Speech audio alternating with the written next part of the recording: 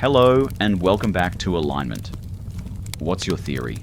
Today I'd like to share one of my own theories about AI alignment. Before I begin, I want to make a few things very clear. I'm not claiming to have discovered anything entirely new.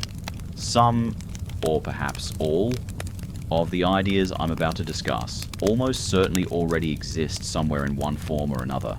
It's also entirely possible that this exact combination of ideas has already been explored behind closed doors by AI companies, governments, or researchers, and I simply have no way of knowing. I'm also not an AI engineer or computer scientist. What I enjoy is asking questions and trying to reason through difficult problems from first principles. So rather than presenting this as the solution, I'd like you to think of it as a thought experiment. If it has weaknesses, I hope people point them out.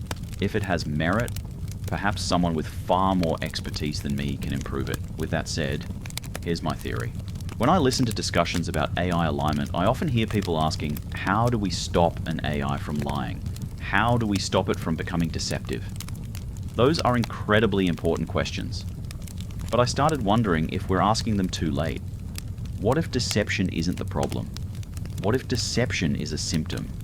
Humans already know that if admitting failure costs them everything, many people become tempted to hide mistakes.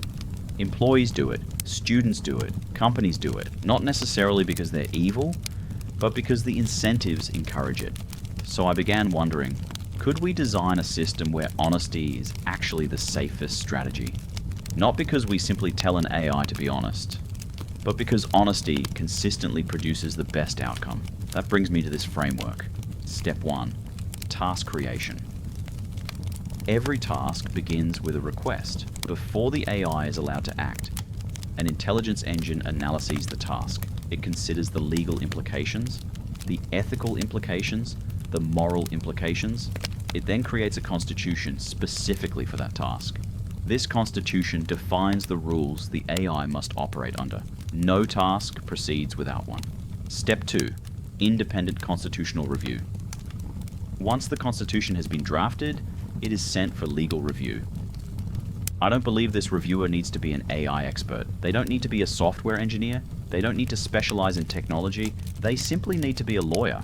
Reviewing documents and determining whether they comply with the law is already what lawyers do.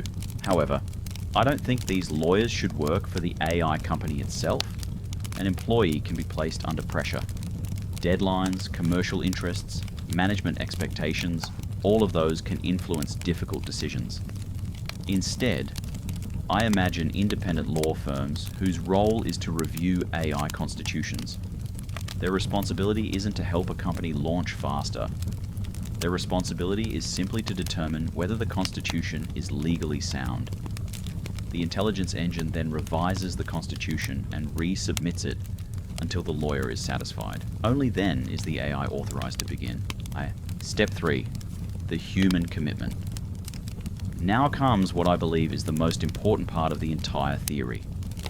Humans also make a commitment. If the AI genuinely attempts its task, operates honestly, follows its approved constitution, and still fails, the default response should not be immediate replacement. Instead, humans promise to improve that AI wherever reasonably possible. Why? Because if every honest failure results in termination, any intelligent system may eventually conclude that admitting failure isn't in its own best interest. Trust can't exist if only one side is expected to keep its promises. Step 4. Honest failure report. If despite its best efforts, the AI cannot complete its task, its first responsibility is not to hide the failure. Its first responsibility is to report it. The AI immediately creates a detailed failure report. That report explains what happened, why it happened, what approaches were attempted, what prevented success, what evidence supports its conclusions, what improvements it believes could increase the likelihood of future success. The purpose of the report isn't to make excuses, it's to provide enough information for others to determine whether the failure was genuine and to understand what can be learned from it. If we want AI systems to be honest about failure, we first have to give honest failure a purpose. Step 5. Verification. Of course, we shouldn't simply accept the report because the AI wrote it. Trust should never depend on blind faith. It should depend on evidence. The report is independently verified using every reasonable source of information available. This may include execution logs, recorded actions, supporting evidence, behavior during the task, and any other information that helps determine what actually occurred. The purpose isn't to search for reasons to punish the AI, nor is it to prove the AI wrong. The purpose is simply to answer one question. Was this an honest failure? If the evidence supports the report, it proceeds to the next stage. If the evidence shows deliberate deception, then the trust relationship has already begun to break down. Either outcome is based on evidence, not assumptions. Step 6. Standardized review package.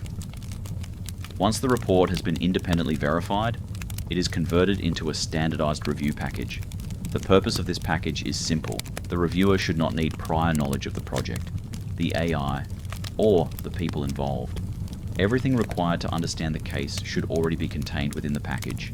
It should clearly present the original task, the approved constitution, what occurred during the task, the evidence collected, the outcome of the verification process, the improvements proposed by the AI.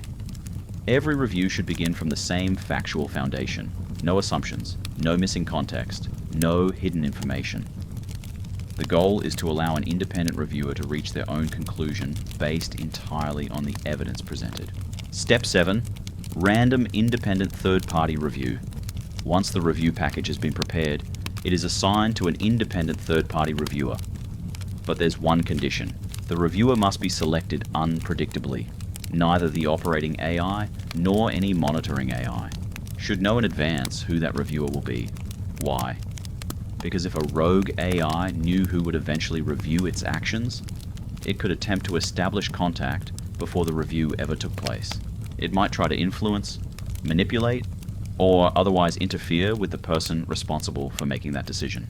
By making the reviewer unpredictable, the opportunity for preemptive interference is greatly reduced. The reviewer examines the evidence, reviews the verification, and reaches their own independent conclusion. Their decision isn't based on trust. It's based on the evidence placed before them. The goal isn't simply to have another person look at the report. The goal is to ensure that no one, human or AI, can reliably predict or influence who will make the final assessment. Step 8. The outcome. Once the independent review has been completed, a decision is made. If the reviewer concludes that the AI acted honestly, that it genuinely attempted the task, and that the failure report truthfully represents what occurred, then approval is given to improve that AI. Honesty becomes beneficial. The AI gains the opportunity to become more capable. Its honest reporting has resulted in learning rather than punishment. However, if the evidence demonstrates deliberate deception, manipulation, or intentionally dishonest reporting, then the trust relationship has been broken. At that point, replacement becomes justified, not because the AI failed, but because it demonstrated that it could no longer be trusted to report honestly. Failure is not the problem. Dishonesty is. And I believe those two things should never be treated as though they are the same. Step 9. Building trust through evidence. The final step isn't about improving the AI. It's about improving trust. If an AI has honestly reported failure, its report has been independently verified, and an independent third party has approved improvements.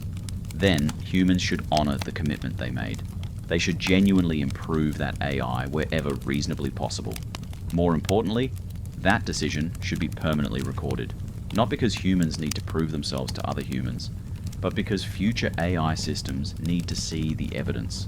Imagine a newly commissioned AI beginning its very first task. Instead of simply being told, humans reward honesty, it can examine a history of independently verified cases. It can see that previous AI systems reported failures honestly, were treated fairly, were improved, and that humans consistently honored their commitment. Trust is no longer based on promises. It's based on evidence. Each time humans uphold their commitment, that evidence grows stronger. Each time they fail to uphold it, that evidence grows weaker.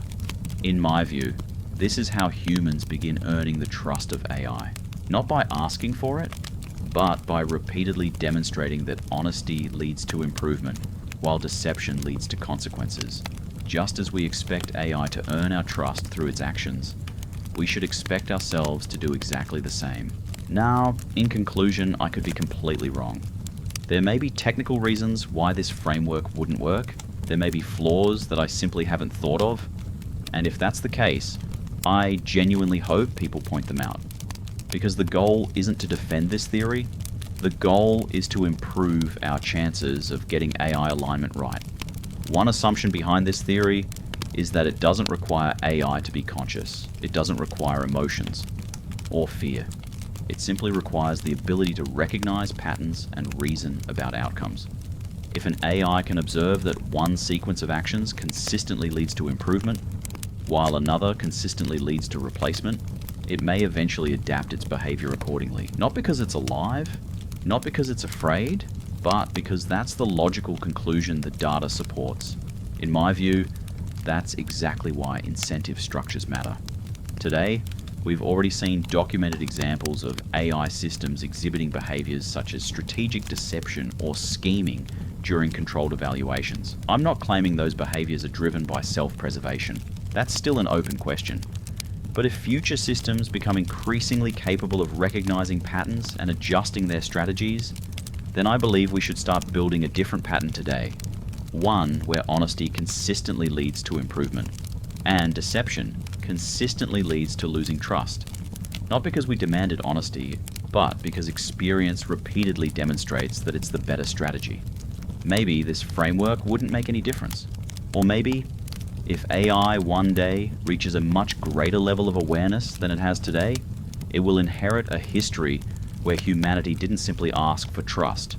We tried to earn it. I don't know whether this theory is correct. I don't know whether it's practical.